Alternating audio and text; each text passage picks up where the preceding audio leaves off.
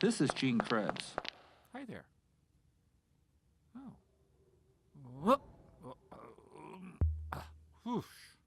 And we're high on Ohio. Politics runs in the blood. My father, who passed away when I was very young, was a city councilman and county auditor, so that sort of inspired me. Toledo was originally supposed to be part of Michigan. There was what was called the Toledo War, where Michigan and Ohio had a almost bloodless war over whether Toledo would be part of Ohio or part of Michigan. And there was an opening on city council, and I decided this is it. I'm going for it. Ran for council in 06, won. Ran for re-election in 09, won again. Served as council president twice. Two different councils elected me. So you know how to herd cats. Yeah, actually, I'm very proud of the fact that both times I was president of council during budget discussions, we passed the budget unanimously and early. And that's 12 members voting yes on about half $1 billion. So that is pretty good, especially during these rough economic times. There are a lot of similarities and a lot of differences between Toledo and Detroit. I mean, I just don't want to put that across the board, but especially economically and dependence on manufacturing, the automobile. You know, Toledo suppliers are all part of that sort of eastern Michigan, northwest Ohio supply chain for making cars. And of course, we have Chrysler here. We make Jeeps in Toledo, and the GM powertrain plant. Willys began here. Right. Willys Overland. Jeep was created in Toledo. There is definitely been a decline in business in general. You've seen unemployment rise over time. You've seen the city itself, like lots of urban cities, have fallen victim to sprawl and a declining sort of central urban population where you've got middle class flight.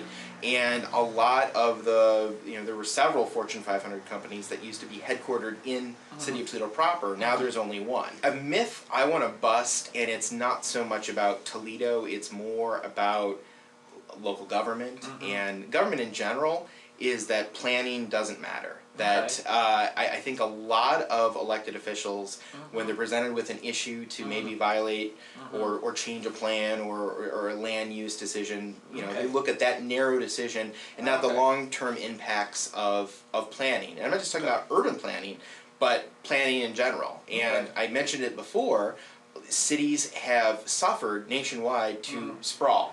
When you take the same number of people and you spread them out over a larger area, it's more expensive to provide services, it's not as good, you get concentrated poverty, and people, I think, in government, at least I've seen at the local level, don't appreciate planning. Developing economic development policies that help low-income individuals. I think you see in government a lot of press conferences and shovel and groundbreakings, and then there's no sort of follow-up or measurement of what any sort of tax incentive or economic development policies have actually accomplished. And moreover, I think in urban cities, economic development should really be focused on those that need it the most. You raise the median income of the population that you're trying to help in a city, that helps everything. That helps crime, that helps the tax base, that helps the schools. So focusing on creating opportunities for the people that need them the most, I think is a different approach that electeds and policymakers should go for. And education is another issue, because what I think we see is a lot of generational poverty where habits or processes to get out of poverty aren't learned or appreciated. At the city level, electeds aren't focused enough on this problem, because I think poverty is the root of many of the other issues plaguing cities. Government needs to be smarter. I think government needs to measure outcomes on everything, whether it is a program to help the poor or whether it's economic development.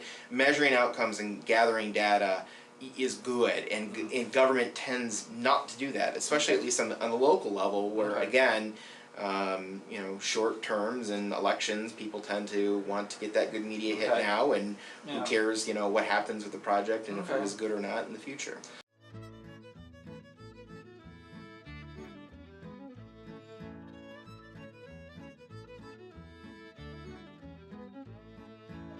For more about the Center for Community Solutions or their publications, please visit www.communitysolutions.com.